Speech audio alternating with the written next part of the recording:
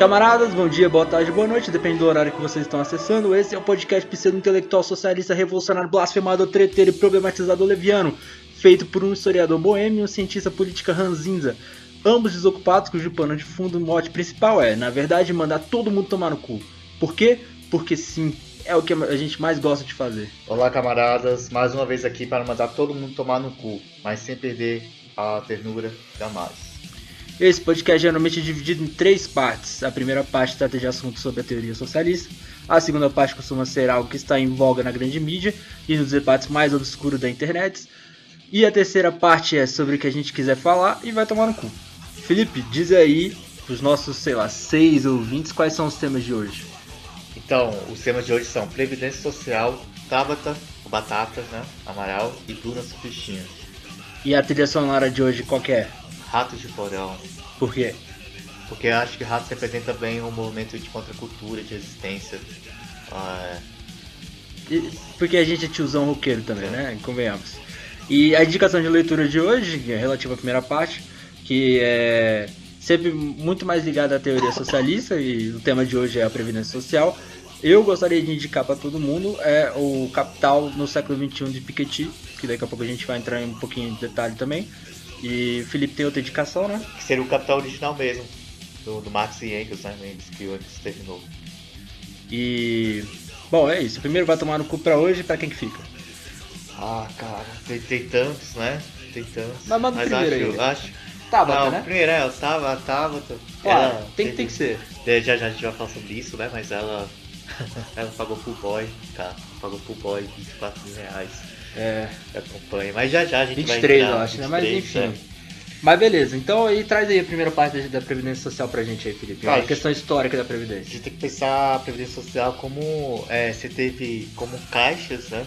Caixas de assistência que você teve ao longo do tempo. As primeiras experiências já teve até na França, século XVII, século XVI, XVII. E eram caixas de trabalhadores. Como funcionava? Você pagava conforme a Previdência de hoje, né? Você paga uma parte em vida, no trabalho, e depois, quando se aposenta, você recebe esse dinheiro. Aqui no Brasil você já teve algumas experiências, diz alguns, né? A gente até flerta assim, mais ou menos, que até as associações religiosas, elas funcionavam como uma espécie de caixa comunitária que você pagava durante a época de trabalho, quando tirasse velhinho, porque você não tinha legislação, não tinha nem o que era novo, quem era novo, quem era velho, era bem, não era homogêneo como nem hoje, né? Bem dividido. Mas você começa mesmo a ter as primeiras manifestações em relação à previdência, ao modelo alemão, né, do Bismarck, né, Otto von Bismarck, né, que arrasou a Europa, um dos chanceleres da Alemanha, e isso impacta o Brasil, porque você tem as primeiras caixas criadas por funcionários públicos do Império, aqui no Brasil, ferroviários, funcionários dos Correios, funcionários do Império, mas no geral ela começa a mudar a partir da década de 20, porque a partir da década de 20 você vai ter mais ou menos o que vai ser os conselhos de hoje em dia. E como que vão ser esses conselhos? Vão ser conselhos criados pelo governo, e o governo mantém, que lembra mais ou menos hoje os fundos de pensão, né? Porém, a iniciativa privada é que fazia todo esse trâmite de arrecadação de dinheiro e pagamento dos trabalhadores. Isso a partir da década de 20, né? E acha grande guinado que você vai ter na Previdência Social no Brasil. Claro, lembrando, a gente não pode esquecer que tudo isso advém de pressão dos trabalhadores. Nenhum direito no Brasil é concedido, é dado.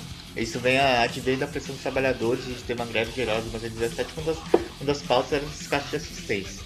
A partir dessa lei na década de 20, você tem a criação dessas caixas, vai mudar com vagas, vai criar toda a legislação, vai criar mais ou menos o que vai ser hoje a legislação previdenciária, mas a mudança vai ser na década de 60. E na década de 60 vai ser criado o INSS, vai ser garantido uma série de direitos aos trabalhadores, tanto urbanos como rurais. Tipo, os trabalhadores rurais, por exemplo, o Vargas não considerava a aposentadoria rural, já considerada na década de 60. E é criado vários outros mecanismos, inclusive na própria ditadura militar, você tem a criação de vários mecanismos, por exemplo, o FGTS, né?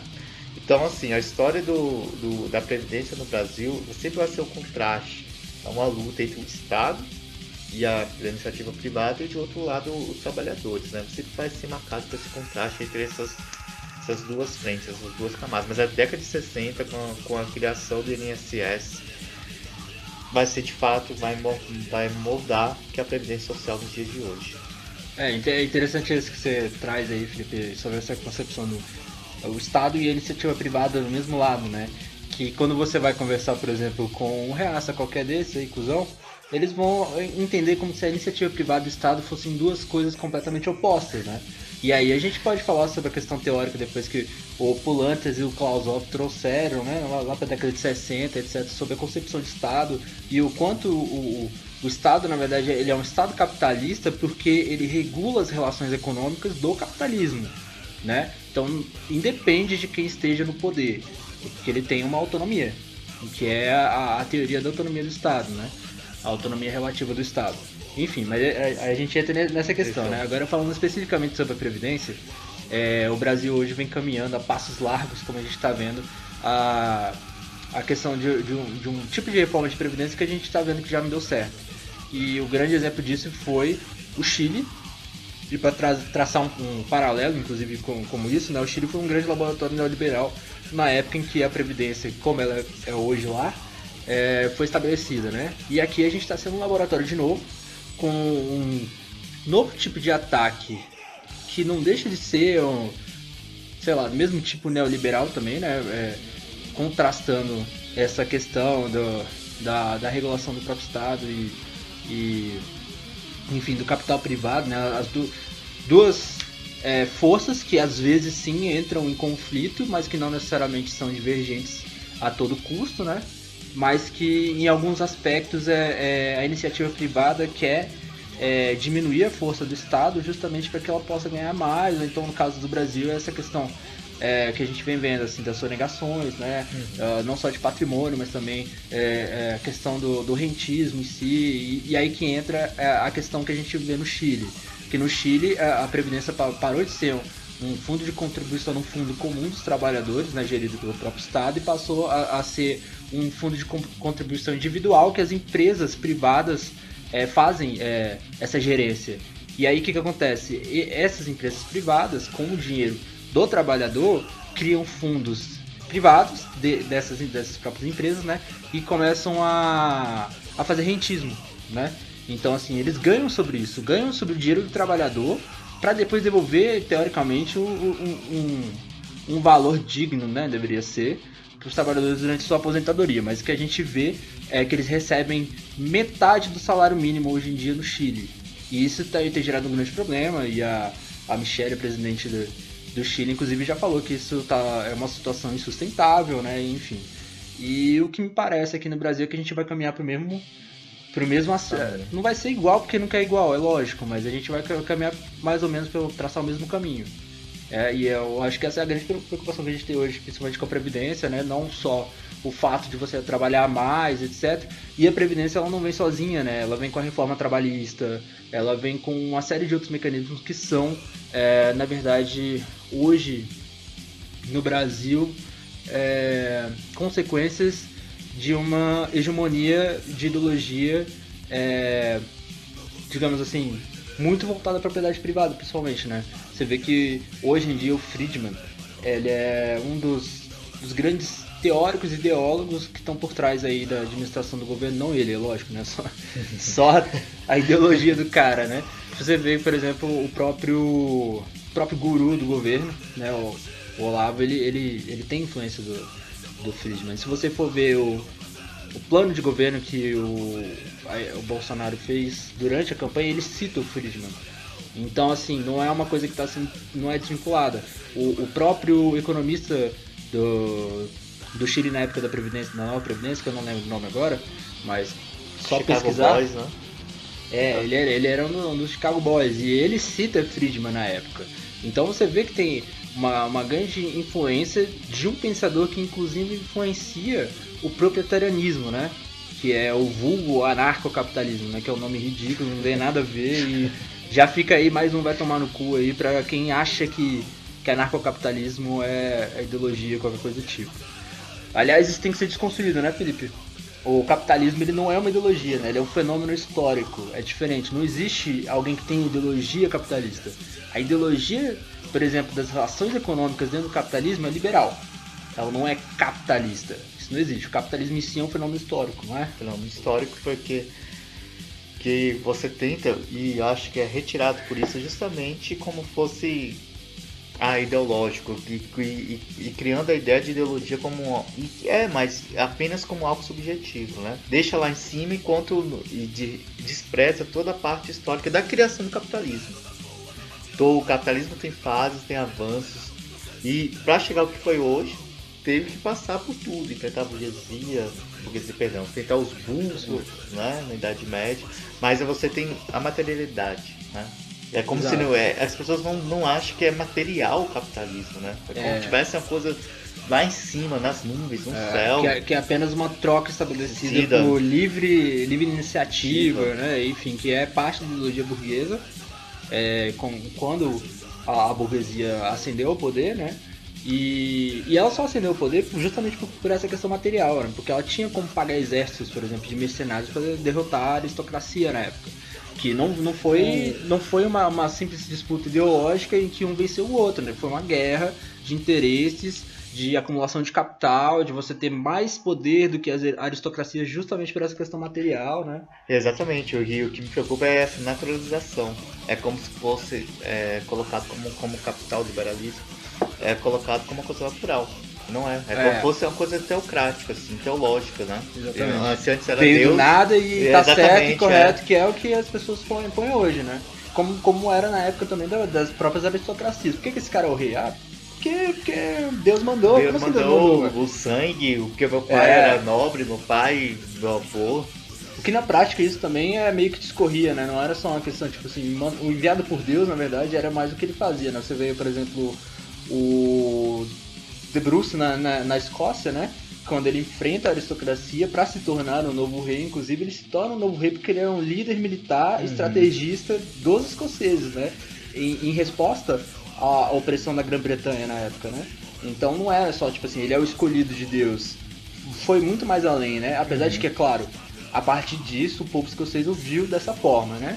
Mas enfim, vamos voltar para a Previdência, de qualquer forma. E o que me preocupa é que só vai vir retrocessos, né? A Previdência teria que ter algumas mudanças, né? Porque a Previdência atualmente ela continua sendo injusta aos trabalhadores. Só que em vez de você ter avanços, vai ter retrocessos, né? Exatamente. E são justamente os trabalhadores os mais afetados. Nunca vai ser a classe política, os privilegiados não vão ser afetados. Vão continuar. Ou você pode até reformar, mas vão continuar outras fontes de renda que vão compensar essa. Não vai sofrer. O burguês, o dono do meio de produção, ele não vai ter problema em relação à reforma da Previdência. Vai ser beneficiado, porque ele vai lucrar mais. Porque a reforma da Previdência é para isso, né? Você para lucrar mais. Você retira direitos, você retira o Estado, a empresa paga menos ao trabalhador para que o burguês lucre. Inclusive essa remete à primeira indicação, né, que é do Piketty, Capital no século XXI.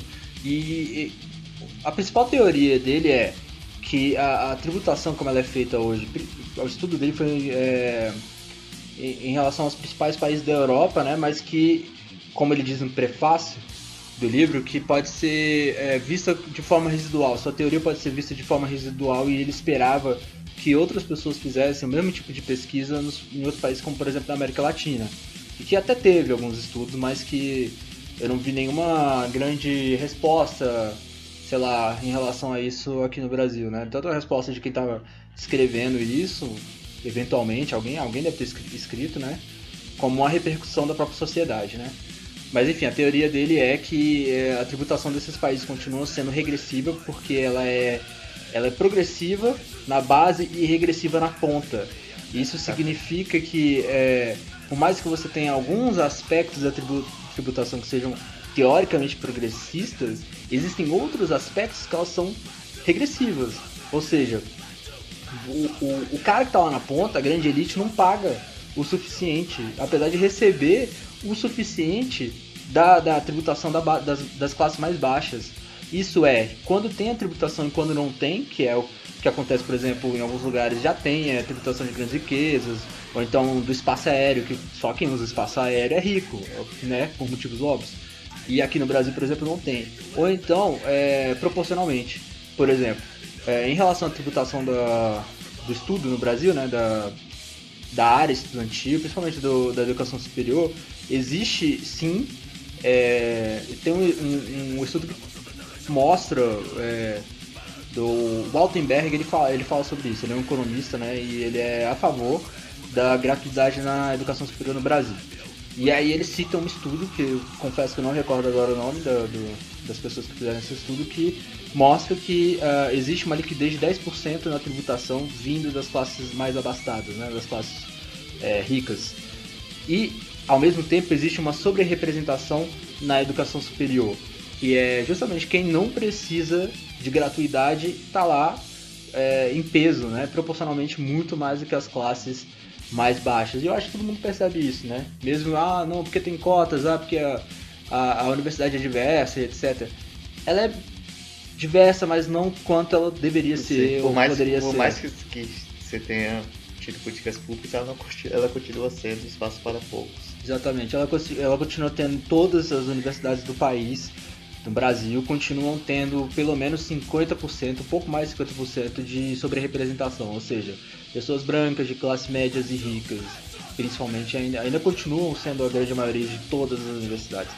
Então, o que o Piketty ele fala é justamente sobre essa questão da tributação. Isso também influencia na questão da Previdência, porque ela vem linkada com todas as outras reformas que estão fazendo, né? Principalmente a reforma trabalhista. Quanto mais você flexibiliza esse tipo de coisa, mais você pode esperar uma opressão do capitalista mesmo, né? Você não vai ter um freio específico para isso, né? Você acabou com o Ministério do Trabalho, você vai criar uma nova jurisprudência no juizado de trabalho, que ainda vão existir até, né? Já querem extinguir, né? Que querem extinguir, etc. Vão para a justiça comum, e a justiça comum, todo mundo sabe também que é uma grande aliada do sistema, digamos, né? É muito mais inflexível também, que é o né? sistema ourista, né? Já quase a instituição da CLT, o trabalhador recebe menos do salário mínimo e não consegue 2 empregos, porque às vezes ele tem que trabalhar segunda 2 horas, sei lá, de 2 às 4, terça 2 horas. Então, assim, ele pega uma parte da tarde, ele não consegue um trabalho o dia inteiro. Exatamente. Ele não consegue ter 2 empregos. Não, ele vai ter que ficar preso naquele ciclo de miséria e por aí vai. Exatamente. Isso reflete como um cara desse vai contribuir para a Previdência. Como que um cara desse vai contribuir para a Previdência? Contribui. Ainda mais da forma como eles estão querendo botar, é pior ainda, né? Porque, convenhamos, assim, existe um sistema de previdência que você pode fazer de forma voluntária, né? Pra você criar a sua própria previdência pro futuro. Mas quem é que vai fazer isso? A classe trabalhadora que não tem o dinheiro suficiente para pagar as contas, as suas próprias contas. Assim, isso não existe. Mas, enfim, voltando à questão da própria previdência, então isso tudo tá linkado. O que acontece? Vai desonerar ainda mais a classe mais alta, não só em relação à tributação e etc, mas a própria previdência em si, ela vai desonerar esse pessoal e vai possibilitar por vários meios. E aí também entra, por exemplo, a teoria da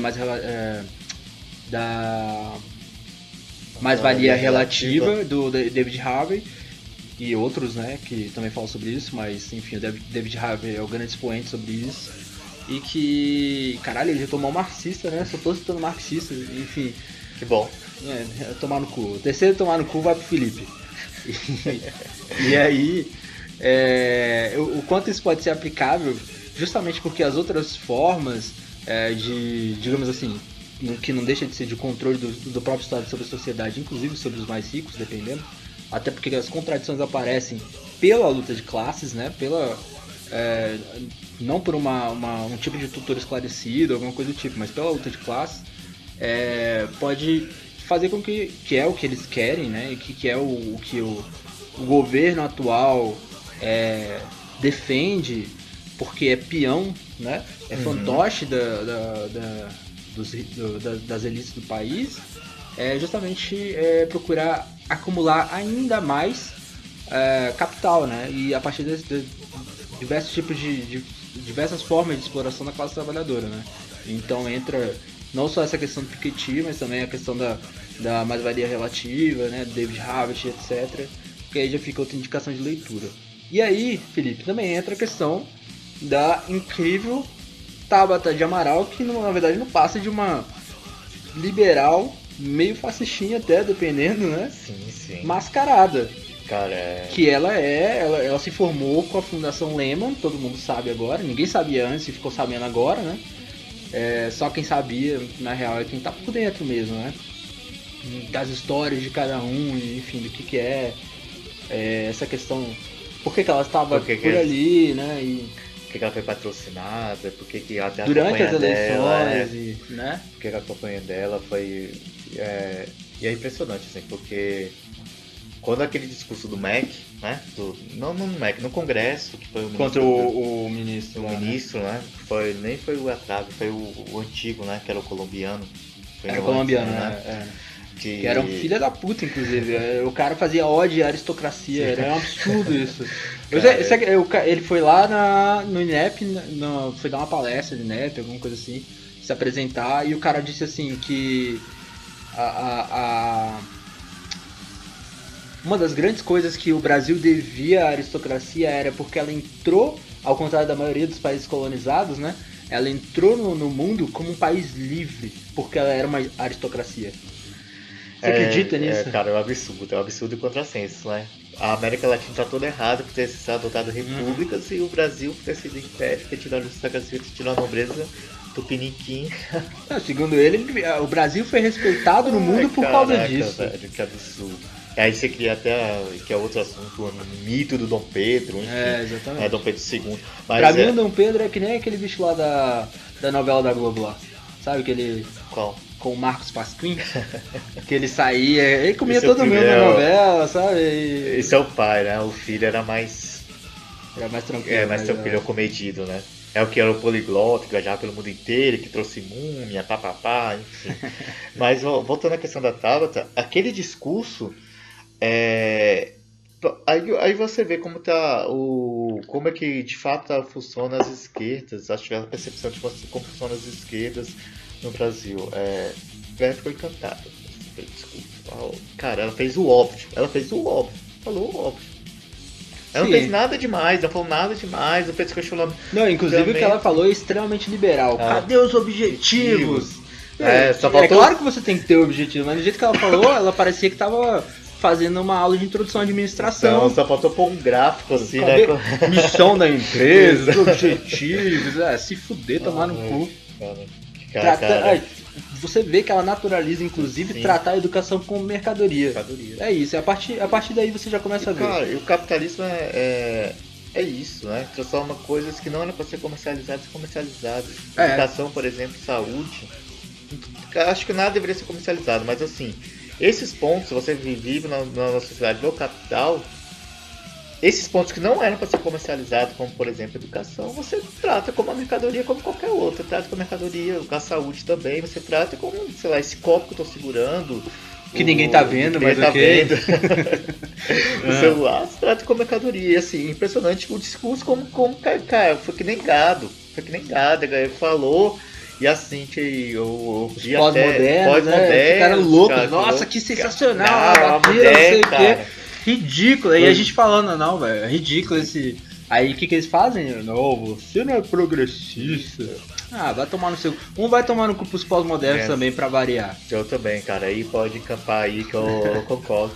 E assim, é impressionante, cara. E caiu, eu vi setores até do próprio PT falando que a esquerda deveria ser mais homogênea, deveria tratar com mais respeito, deveria abrir mais a visão, não deveria...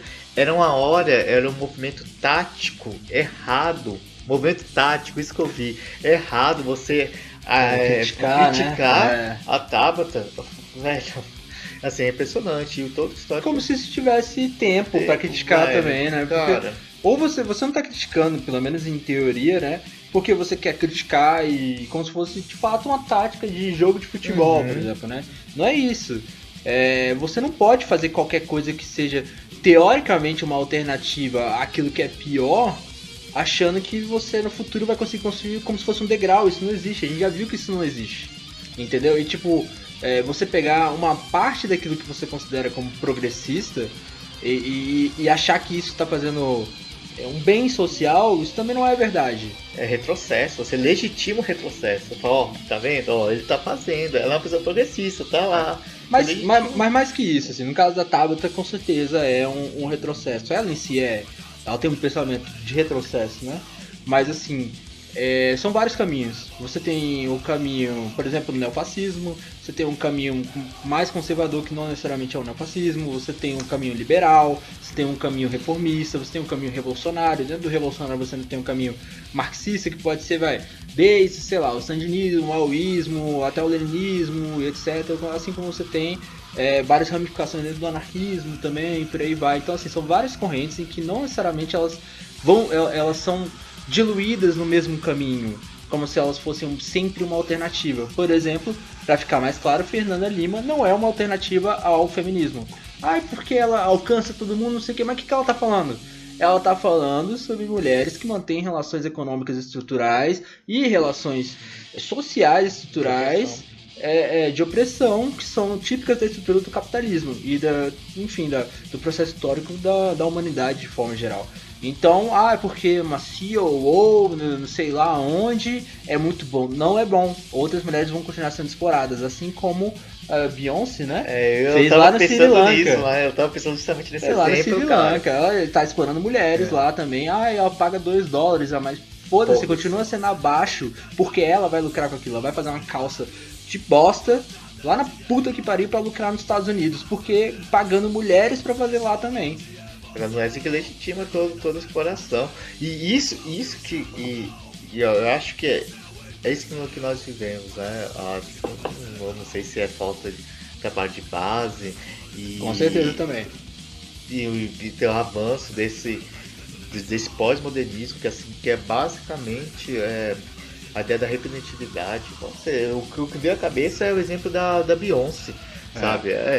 Cara, o que importa ela está lá em cima. O que adianta ela estar lá? O que adianta ela estar lá em cima, visitar, culturar, papapá, se explora as outras mulheres?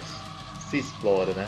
Uma crítica que você tinha muito fazendo na década de 60 era que as mulheres iam lutar, mas deixavam seus filhos com babás, né? Que era tipo dizer que você tem que foi, acho que uma das primeiras críticas que fizeram, né? Segunda classe, assim, né? Tipo, que são principalmente mulheres negras, que são as babás ainda hoje, né? Exatamente, me referindo basicamente aos Estados Unidos, né? Isso né, foi um movimento de emancipação das mulheres na década de 60, que eclodiu, né? Na década de 60 foi principalmente a partir de 68, na França, mas se espalhou pelo mundo inteiro. Mas, voltando à questão da Tabata, o que me impressiona, assim, é que ela tem um lado. Ela tem um lado muito claro. Claro que é o lado do capital. Completamente liberal. O mundo capital, o mundo liberal, a ideia de privatização, a ideia de educação, privatização da educação, alteração de currículos, né? Que é isso que a Fundação Lema, né? Sim, exatamente. Né? A Fundação Lema, ela atua na educação. Quer botar uma das matérias como empreender, ó. Empreender. E outra coisa, não é à toa que ela fala aquela incrível frase, aquela clássica, né? Nem direita e nem esquerda. Sono. Cara, isso falava. É uma parada assim, ó. Eu estalo aqui os dedos pra vocês ouvirem. Isso é uma parada assim. O Ademar de Barros, lá, década de 50, lá falava, porque era de esquerda e de direita, pra frente, ao centro, avante, sacou? É pura manutenção do status quo. Parada que tá se reproduzindo, fica aí 50 assim como o combate sobre a corrupção. O discurso do combate sobre a corrupção é sempre utilizado pela direita do mesmo aspecto, que é para derrubar governos que são considerados de esquerda, mas que a gente sabe que também não é bem assim, né? O PT, né? A gente viu que foi... Aliás, aproveitando o tema da educação, que na verdade é a Previdência, mas enfim, tem tudo a ver com o que a gente falou da Tabata. Durante o governo PT foi onde mais proporcionalmente, né, se privatizou a educação superior. E hoje a gente tem mais de 87% da nossa educação privatizada. E ainda querem e vão avançar mais nesse aspecto. De baixa qualidade. De baixa qualidade. Porque acaba que as universidades federais ficam restritas aos grupos mais privilegiados. Que ainda é de alta qualidade, inclusive, mas que ela está sendo precarizada e sucateada de propósito para que seja uma desculpa para privatizar também a universidade. É incrível, né? Como as táticas elas se repetem, né? Elas se repetem. Lá no Zé Tribunal, Marx fala a história da primeira vez ser como tragédia, depois como farsa. É uma coisa mais ou menos assim. Mas é a ideia que o Fernando Henrique tinha de privatização. É a mesma. Sabe sucatear quem eu peguei pós Fernando Henrique? Ataques neoliberais, né? Ataques neoliberais. Ele tinha essa intenção. Eu lembro que o departamento que eu estudei, que era de história, ficou quase uma década sem concurso público para professor. Por quê? Década de 90 inteira sem concurso para sucatear. Aquilo não funciona. Mas o avanço mesmo se deu no governo PT, no governo Lula, que através dos programas, né, que tem um lado positivo de aumentar o número de estudantes, mas também a ideia de privatização da educação. Por que não expandir as universidades, né? Foi feita uma escolha. A escolha foi para expandir o número de alunos foi pela iniciativa privada e não pela pública. Por mais que não, pela pública cotas, foi também. Teve as cotas, é isso que eu falo. Não se compara, não se compara. Você teve as cotas, você teve a expansão de criação de universidades, campos. Aqui em Brasília, por exemplo, você teve, além do Instituto Federal, você teve mais 2 campos, isso, né? Você teve muitas criações. Isso. Teve criações, não pode negar que também teve expansão, mas a tentativa mesmo foi para a escolha, né? Porque são escolhas que você faz. Também a gente acha que é um acaso, que o governo não são escolhas que foram feitas, a escolha... Inclusive baseado pelo próprio capital, porque o PT só ascendeu ao poder porque cedeu ao capital, ponto. Não existe outra... Todo o Estado capitalista, toda a sociedade capitalista é isso. Enquanto não houver revolução, vai continuar sendo isso, para sempre. Porém, voltando à questão da Previdência, Felipe... Então, cara, é isso. Então, lá no Chile, por exemplo, a gente já está sendo um novo laboratório de um novo ataque. Eu não sei se a gente pode dizer neoliberal, a gente ainda não sabe, mas parecido com os primeiros ataques neoliberais, quando o Chile foi foi uma experiência. Foi um grande ratoeiro, digamos assim, né? E hoje os chilenos estão se fudendo muito, estão putos, e é o que vai acontecer com a gente também. A gente não vai receber uma previdência adequada. Eles estão recebendo literalmente metade do salário mínimo deles, em torno de R$660, sendo que é em torno de o mínimo no Chile é em torno de R$1.220, alguma coisa assim. Então você vê que a discrepância é muito grande, e não foi o prometido, não foi o que entre aspas, eu estou fazendo o símbolo das aspas universais aqui, sem ninguém ver, mas os estudos, entre aspas, que fizeram na época, provando que seria muito melhor e blá blá blá, que na verdade foda-se o povo e vamos deixar tudo muito mais flexível aí para as classes mais altas, né? Aí você vê assim como é impressionante, claro, que existe o desmonte na Europa e tal, nos Estados Unidos também, de direitos sociais, mas como tem a ação do imperialismo, né? Eles fazem o laboratório aqui pra ver se dá certo ou não, pra depois aplicar lá. E como eles veem que não dá certo, não aplica. Tudo bem que hoje você teve de forma diferente, suavizado, fala, não, eles erraram aqui, mas tem que ter as cobaias. Tem que ter as cobaias, são cobaias do imperialismo. Uhum. Tudo que tiver de experiência no campo econômico, social e cultural, nós somos usados. Né? O Brasil repetiu a experiência de corrida presidencial, né, dos Estados Unidos, inclusive. Isso tudo, os caras abertamente foram lá para aprender como fazer o marketing político, de propaganda política que eles fizeram lá durante a campanha do Trump, né? Que o marqueteiro, né? O Bannon, né? Que tem o Bannon, para quem não sabe, ele é envolvido inclusive com aquele escândalo do Facebook com a empresa Analytics, né? Em que ele basicamente pegou os dados das pessoas, viu as pessoas que eram mais suscetíveis a determinadas informações e começou a jogar essas informações de forma dramatizada, né? Ou fake news mesmo, pra ver qual que era a repercussão. E ele viu que isso se dá muito bem, né? Pra você divulgar informações falsas, por exemplo, ou então você divulgar opiniões como se fossem informações verídicas, né? É uma parte mais subjetiva da fake news, assim. Mas, enfim. Aí a gente agora tem, aproveitando, né? A gente tem esse presidente aí, que não é o meu. Não sei se é Nem o o seu. meu, nem de vocês. A gente espera, pelo menos. Viu, Abin? Fica aí, ó. Espero que vocês aí do outro lado da Abin aí também não achem isso e tal. Enfim, deve achar, né? Tudo cuzão. Mas... e agora o cara aí tá, por exemplo, essa questão da Ancine agora, né? Que ele falou mal do filme da Bruna Surfistinha. Você viu, né? Eu vi a notícia e vi o filme. O filme eu acho que todo mundo acabou vendo na época por vários Sim. motivos, né? E de fato o filme ele era um filme que fez, considerando o cinema brasileiro que existe muito não incentivo. Também tem um processo histórico, inclusive, de repressão, né? Durante a ditadura militar. Ó, fiquem de olho, durante a ditadura militar. E fiquem de olho com o que está acontecendo hoje. E teve todo esse processo de repressão e não se desenvolveu mecanismos, digamos assim, adequados para a produção de filme, série, novela, qualquer coisa que seja. A única coisa que mais se desenvolveu, assim, talvez tenha sido a transmissão de futebol, já que o Brasil é o país do futebol, esse tipo de coisa, né? Você cria, né? Você cria esse mito também pro Brasil, Você cria esse né? mito, exatamente. Hoje em dia já era esse mito, né? Não é Exato. possível. A gente não é mais nem fudendo. Enfim, isso é outro papo. Mas... Então você já tem todo esse processo histórico que também culmina em consequências diretas na produção cultural, filmográfica do país. Isso é um fato. Isso é um fato, né? E na época, desculpa, Felipe, só Não, terminar aqui o sem pensamento. Na época, quando o filme da Bruna Surfistinha foi lançado, foi um sucesso, pelo menos de bilheteria, que no Brasil também não é um puta de um sucesso, não são milhões e milhões e milhões de pessoas indo ao cinema, mas foi bastante gente.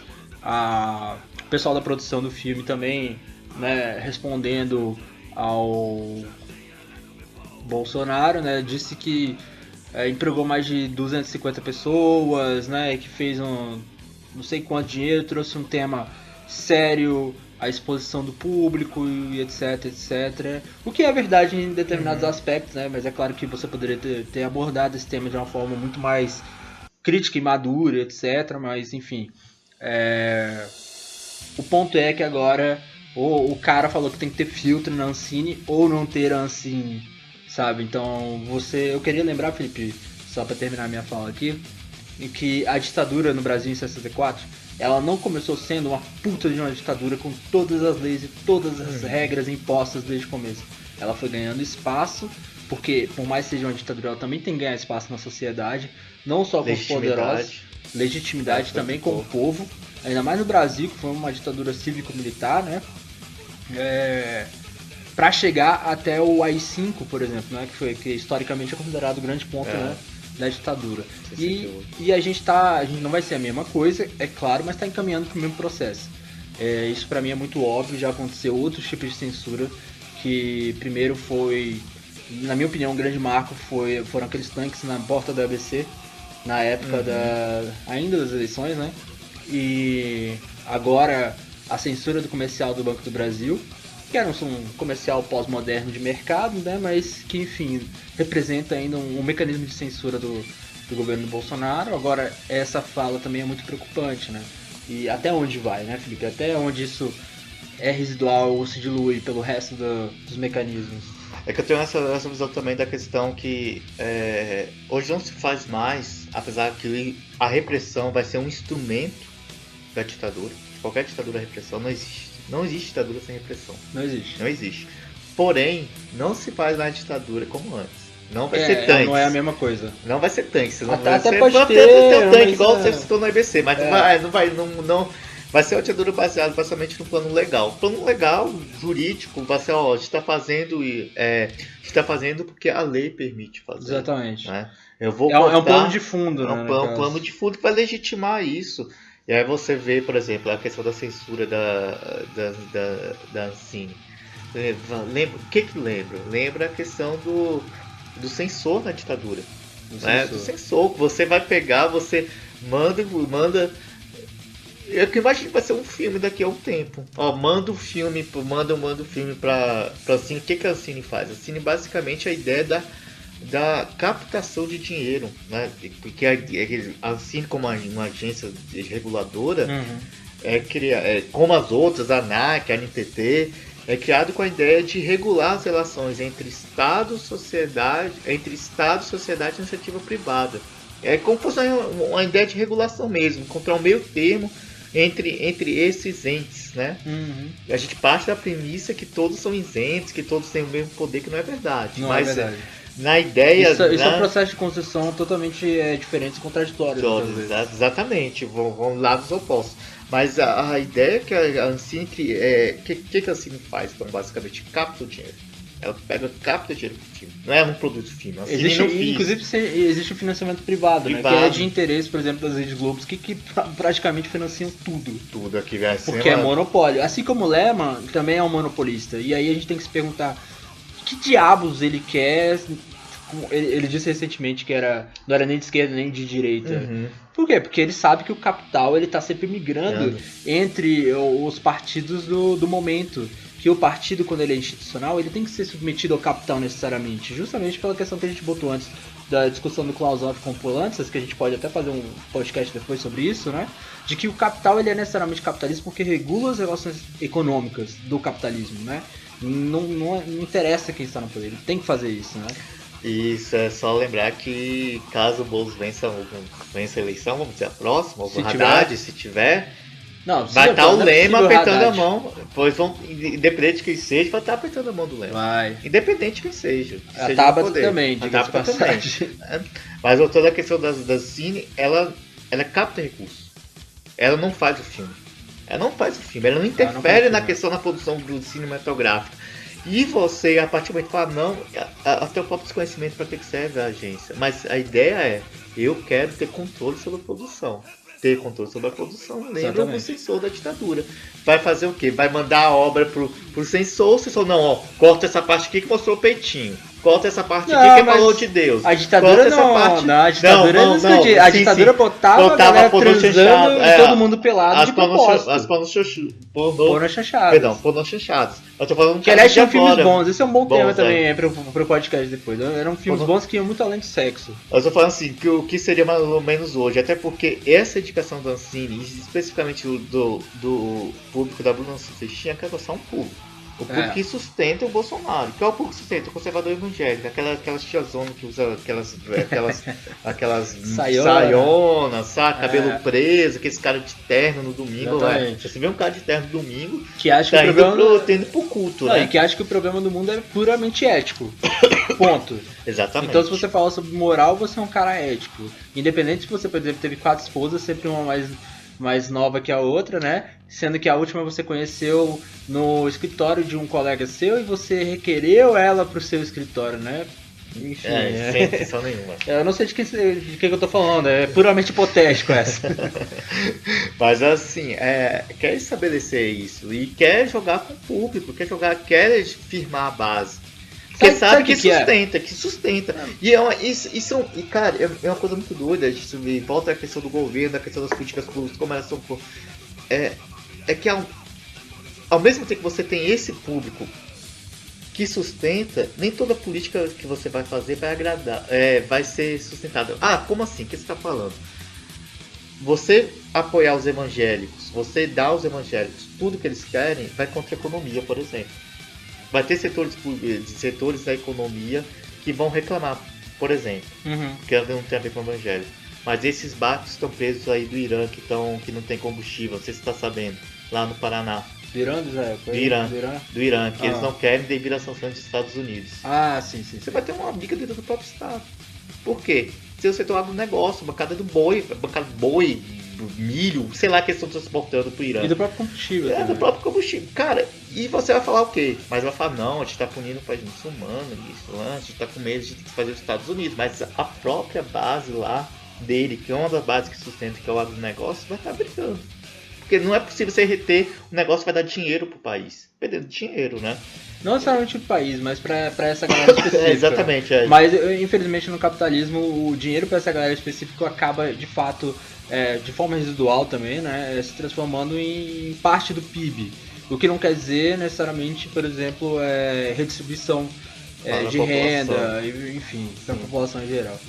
Mas, enfim, só para terminar esse assunto, então, Felipe, com toda certeza absoluta, as pessoas que estão falando mal, uma determinada pessoa específica falando mal desse filme, tá falando mal porque tem uma mulher lá, que é uma atriz famosa, totalmente dentro do padrão, e etc, e ficou pelada lá. Que é uma coisa que chamou a atenção do público em geral. Isso é um fato, a gente não pode negar também.